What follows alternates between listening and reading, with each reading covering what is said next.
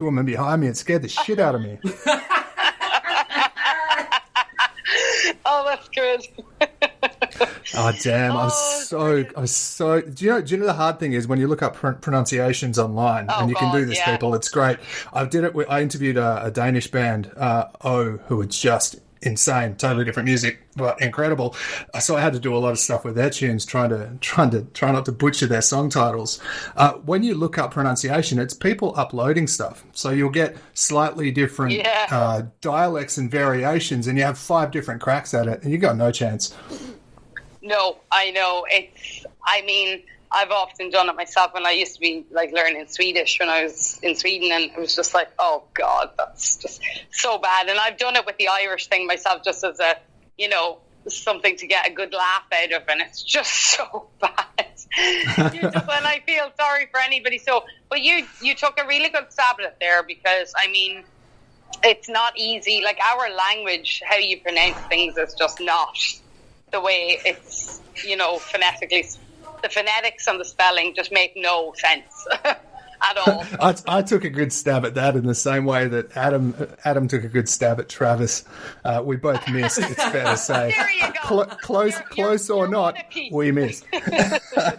Look, so your tune is absolutely beautiful. We talk a lot on this show. I certainly talk a lot on this show, and a lot of musicians we've had on the show talk about authenticity, talk about that realness. I think that's what drives music the world over. So yeah, a big part of what I certainly speak about on the show, what a lot of our guests, a lot of musicians speak about on the show, is that authenticity, that realness. Your song absolutely has that in spades, Claire. I was doing a bit of research before the show and checked out there is a version of this live, you with a white Takamine acoustic guitar, playing it live. The emotional connection is through the roof on this song. Obviously, you're talking about the homeland. Talk us through what that song means to you, and that emotional connection is just it's tangible. Listen, thank you so much. And I've always said this to people, even at the end of any show, it's always my closer. And honestly, it just means the world when people, and I never want to make people upset or make them, feel sad in a way, but then I know I'm doing the right thing. And I've always told people with that song, especially before I start, I tell them, I left Ireland many moons ago, and I said it's been an awesome journey, but it's also been a hard one. And there's times when I've missed home on the road, and I would never give up what I've done in life, because it's never been a sacrifice for me. I've only ever known music, and it's a passion. And unfortunately, I did have to leave home to do anything successful with my life. So I felt I needed to give my country an ode. And I had that actual performance that you're talking about. That was the performance I got asked to play back in 2018. And so I knew I was going to need a special song. I had done the winter series prior to that, and with the Nantucket project. So I said, gosh, I really need a song that I can just take with me no matter where I go in the world, sing it, and make people feel something. And so honest to God, I wrote it in 15, 20 minutes. And I just kind of was humming the tune. And I always do a lot of co-writing and writing with people. And it was just one of those times I sat down on my own, and it just came out. It poured out of me. And I always tell people, it's a part of my soul to you, and I go to a place that I can't really describe to anybody else. I close my eyes. I never have my eyes open during that song, and I always feel it. I've never tired of doing it, and hopefully I never will. Look, I could talk all night about the way you commit to those lyrics emotionally. I don't think it's possible for you to sing that song without it, Claire. Everyone, you should absolutely go to YouTube and check out the version with the white Takamine acoustic, because it's mind-blowing to see you in that zone you talk about. I'm going to make you say the song title, Claire. Claire, what are we about to listen to? Yeah, Éireann in Chroí. Of all the time I have spent away year on year, day by day. I'll take with me fine memories,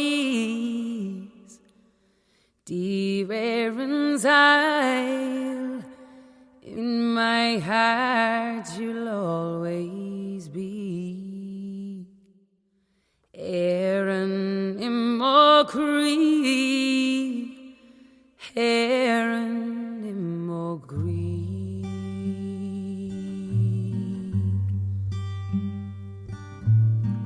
Do you cry for the absence I've left behind? For when I dream about the days gone by, missing you out on that long hard road. Dear Éireann's Isle, lead me back home.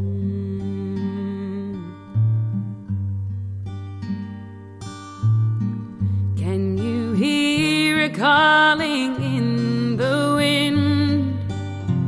Voices over waters thin, far away o'er Atlantic seas. Dear Éireann's Isle, in my heart you'll always be. Éireann immo Chroí, Éireann immo Chroí.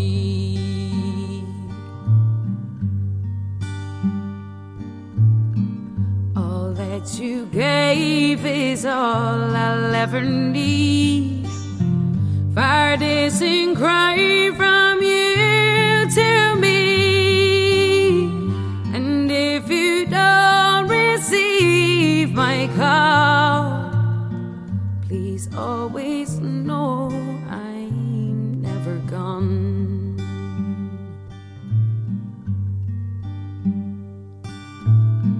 You can see who she's become today. Blue-eyed, weary, and unafraid. But a part of her will always be in the green, green grass of that wee county. Éireann immo Chroí, Éireann immo Chroí. Of all the time I have spent away, year on year, day by day, I'll take with me fine memories. Dear Éireann's Isle, in my heart you'll always be. Éireann immo Chroí, Éireann immo Chroí, Éireann immo Chroí, Éireann immo Chroí, Éireann immo Chroí, Éireann immo Chroí.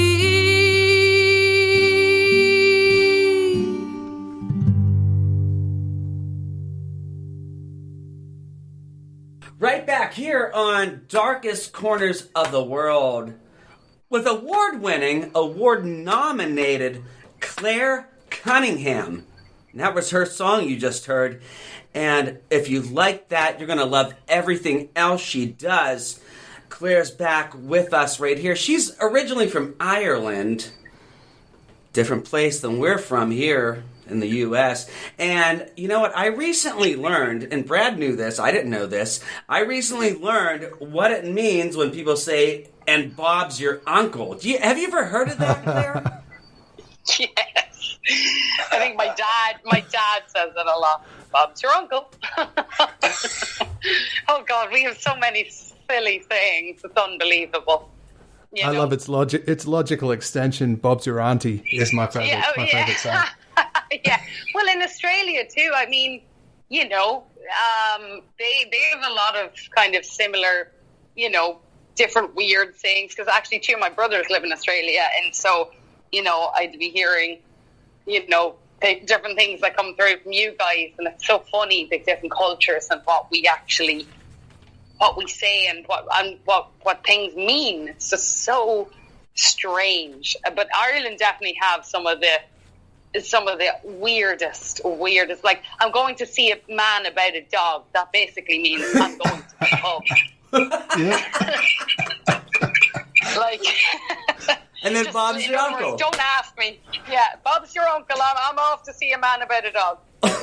Yeah, Adam, I talked to you about this on text, Adam, I think a while back when we were talking about this, and one of my favourite, I love Cockney rhyming slang, and there was a guest, Stephen K. Amos, who's a comedian on an Australian television show, and he was talking to the female host and talked to her about, you should come around this weekend and hang out on my boat. And she had no idea what he was talking about, and he thought he was quite funny. And then, the social media outrage followed, and, boat race is rhyming slang for face. And he was asking her to come around and hang out in the weekend. Yeah. Anyway, let's move on. That's disgraceful. But there are some weird things coming from cultures, particularly in the British Isles, and by extension, the colonies as well. Am I right? Oh yes. I mean, sure. That's like here. You say to somebody, "All right, well, we'll meet up for some caffeine and have a jaw wag." Nobody knows what you're talking about, I know. And it's when they give you that look, and you're like, "That's what I meant." Or sometimes it means, like, there's different words. Even with when I'm living in Sweden, like, puss means kiss. Yeah, and I was like, why are they all saying that to each other? And then kiss actually means pee. So if a kid says, "Jag behöver kissa," it means I need to pee. And I was like, why? What is going on? And bra, which is B-R-A, means good. And I was like, okay. This could get really wild really quick in the wrong context. It does. I know. I was like, oh. Australia's got a great one. We're not here to fuck spiders. And if someone asks you if you want to do something, it's not in common use, but it used to be. It's if someone asks you if you want to do something. So if you're at the pub and someone says, "Do you want a beer?" It means, of course. What the fuck are you talking about? We're not here to fuck spiders. Jesus Christ. Oh, yeah, for real. It's like, it's the same back home. It's just the weirdest thing. I know, things like, I think my dad has his own sayings, but like, let the hair sit means just let it be. But like, try explaining that to anybody. Let the hair sit. Like, that makes no sense at all. Talking rabbits, right? Yeah. Like hair as in elongated rabbit. Yeah. Let the hair sit. Just let it be. I have no idea. And I don't know. Now you've got me questioning whether it is a rabbit, like as in a hair, or is it a hair in your head? I have no idea. Wow. You have to ask him and report back. The rumor has it we talk about music on this show, guys.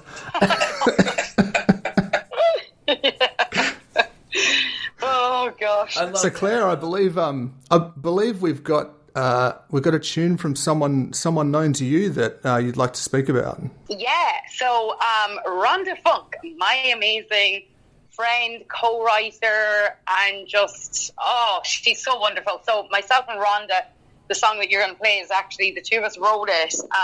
It was our very first writing session. We have what's called writing sessions here in Nashville, and it's 2 people, 3 people, 4 people, whatever it is, get in the room, get together, and put together their ideas and write a song. And at the time, me and Rhonda had been put together by a mutual friend of ours who said to both of us, his name's Tim, and he said, I'd love to hear you two like get together, right? Because I think you'd be a great fit. You're both like badass chicks and got similar styles. And so upon hearing how Rhonda sounded, I saw her play at a festival I was playing at, and I was like, oh yeah, she's got it. So we got together, I want to say about 2 years ago, and we sat down and we wrote the song you're all about to hear. It's called Ain't Your Momma. And so we both at the time, I think, Rhonda's a little older than I am, and I think we both had experiences